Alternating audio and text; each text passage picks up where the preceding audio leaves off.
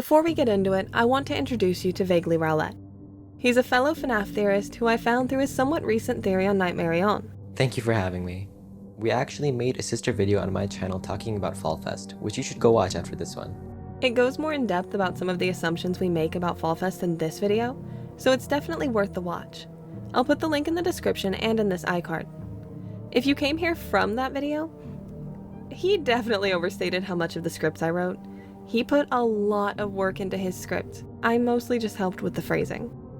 And one last thing, while making this video, we found a few places where something seemed to be both a carnival and a circus at the same time. It turns out that this is totally normal. According to the Traveling Carnival Wikipedia page, many carnivals have circuses and/or clown aesthetic. Now that that's settled, let's get into it. Due to the visually aged nature of the daycare attendant in comparison to the other animatronics, it can be gathered that he's been around longer. But how much longer? One might think there isn't much to go on in this regard, but that would be a mistake. The theming, personalities, and physical characteristics of the daycare attendant give away a lot. For instance, the daycare attendant shares key physical characteristics with multiple other animatronics.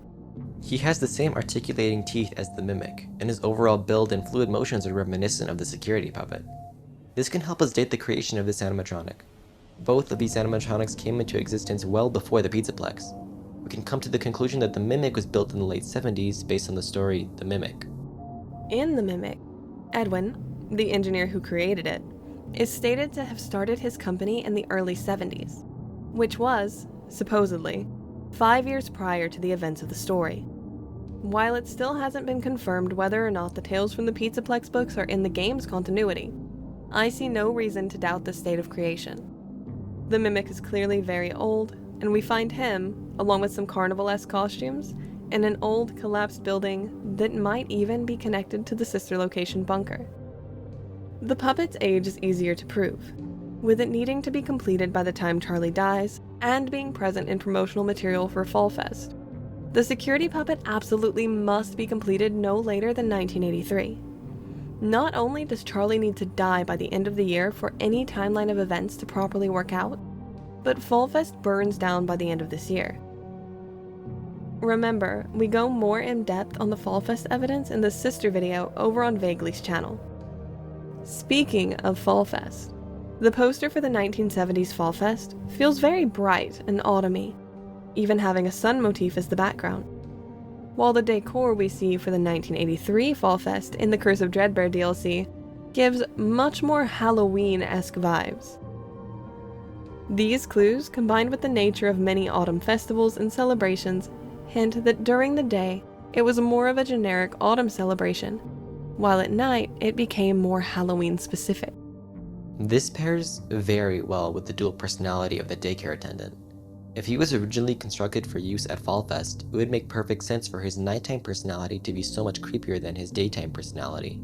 These over-the-top performers could easily have been repurposed as actors when the Pizzaplex opened, being controlled by pre-scripted stage lighting.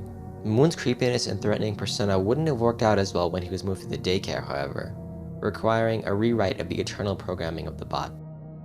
In true Fazbear fashion, however, I'm sure this was a slapdash, get-it-done ASAP kind of job, given to someone without the skills to get it done well in that little time. The alterations to the code were probably on par with some of the, let's say, not-so-great mods you might find on sketchy websites. They might work fine right after you start up the game, but the longer it runs, the worse they perform. And that's what I believe Eclipse is. A hastily constructed mod designed to allow Sun's bright and cheery personality to eclipse Moon's sinister habits. Many believe Eclipse to be a safe mode, but I don't. Eclipse feels far too complex. Safe modes tend to disable functions, not add new ones. A great example of how a safe mode might work for the animatronics is that when Freddy goes into safe mode, which was due to a crash, he doesn't have access to networking or to the full extent of his own battery. This extends into Ruin, where, when encountering Freddy, he still can't access the Vanny network. In that same game, we see that, when not in control, Sun is stored in this network. If Eclipse were the safe mode, how would he still be connecting to this network to allow Sun to speak through him? You might be wondering, if a reboot is all it takes to fix the programming, how is he still like this? My answer to that is he's always running. He doesn't even stop for the hourly recharge, so why would he be getting rebooted regularly? I imagine some of you will also point out that he states that he goes into safe mode. I understand why, as the line, "Warning, warning, child in danger, safety mode activated," could easily be taken that way. This, however, is said after we reboot him into Eclipse, and in response to seeing the state of the daycare in the presence of a child in a dangerous area. The Eclipse mod to Sun's programming started working properly after the restart. This mod comes with a safety mode feature, a gentler voice, and an override that prevents the transition into Moon. When Sun asks to be rebooted, he says, "Reboot! Reboot! We need to be whole!" But he doesn't specify who "we" refers to. The "we" in this line probably refers to Sun and Eclipse. Sun shows fear and disdain towards Moon, as opposed to a desire to be one with him. And Moon, who doesn't want to revert back into Sun, is also resistant to the attempts to reboot into Eclipse. This makes little sense if Eclipse is genuinely a 50-50 shared control between the two, something that's peaceful for both parties. Just look at the real meaning of the word. There are two types of Eclipse. During one, the sun is obscured, and during the other, the moon is obscured. This form of Eclipse obscures Moon, trapping him back in the Vanny network. He fights losing control, which even seems to be painful for him. This is the lunar eclipse, and I don't think this is the only eclipse we see in the games. In Security Breach, we, as Gregory, can find a hidden arcade machine in the daycare attendant's private room. It's called Balloon World, and has you play what is essentially a Flappy Bird clone. You can control Balloon Boy's up and down movements as he flies across the landscape. Time passes in the game, showing both day and night. Interestingly, after transitioning from day to night and back again, Sun retains Moon's facial expression. Hit enough of the purple glitches in the game, and you can follow a glitchy path to a secret ending to Balloon World. In this upside-down glitch world, what would have been the sun or moon turns into this. It looks like the moon layered over the sun, with the characteristic orange corona of a solar eclipse surrounding it. If you reach the end of the glitch path, the game freezes and starts to freak out with "Good night." written in purple on the screen. The Balloon World arcade machine feels like an allusion to Moon being the one infected by the glitch trap virus, and, through it, having the ability to eclipse Sun. When we reboot the animatronic and restore the Lunar Eclipse mod, Moon and the virus are locked away. This makes me believe that Moon and Sun don't share the same data storage location. Interestingly, the programming for Eclipse doesn't appear to have full access to even Sun's memories, despite Sun still being present. Eclipse seems to believe the daycare will open in the morning, while Sun is cognizant enough to remember what happened and thank Cassie for her help. Thank you. The association of the Sun and Moon animatronic with Balloon World doesn't feel accidental. Balloon World has heavy circus and carnival theming, with a circus tent and Ferris wheel present on the start screen. The age and associations of Sun and Moon implies that they originated as a performer at Fall Fest. We even see a Jacko Moon variant of Moon in the Foxy Log Ride in Help Wanted 2. The same style of attraction that showed us the Jacko Chica and Jacko Bonnie variants in the first Help Wanted. It seems there were creepy variants of many animatronics present at Fall Fest. Jacko Chica, Jacko Bonnie, Grim Foxy, Dreadbear, and even Jacko Moon.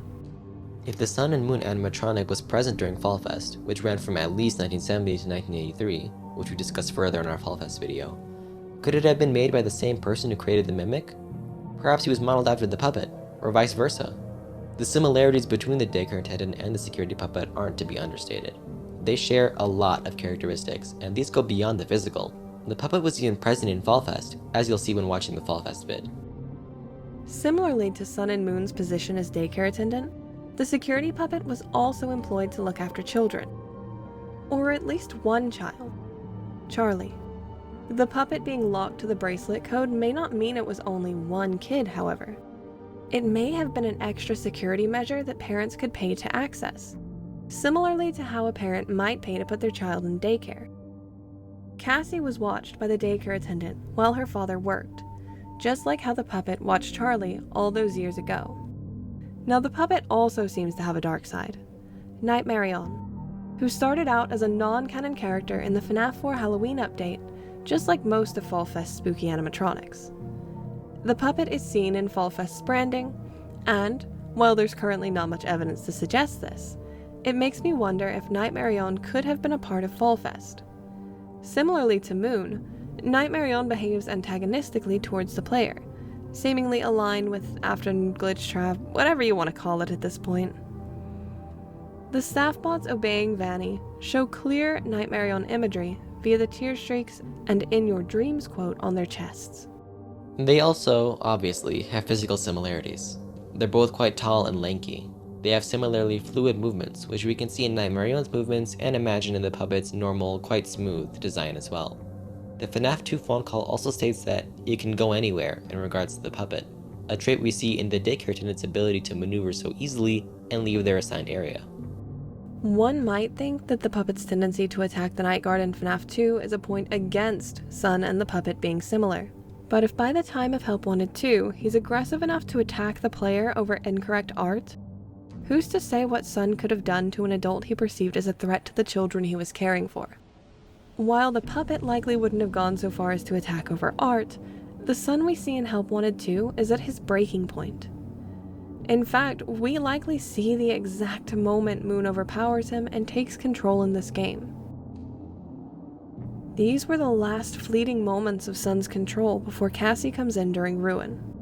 We can even see that the solar eclipse form of the glitch trap virus, which allows Moon to eclipse Sun and fight turning back into him even when the lights are on, has escaped the Balloon World machine. Just like how we can see the sword plunged into the defeated Princess Quest machine if we put on the Vanny mask, when we enter the area with the Balloon World machine, the solar eclipse is plastered onto the ceiling above the broken shell of its former prison. There's no sword in this machine, and the solar eclipse is glowing and alive. The Balloon World machine may have even been what activated this particular part of the virus, as, in the base game, Moon isn't resistant to being turned back into Sun via those same spotlights.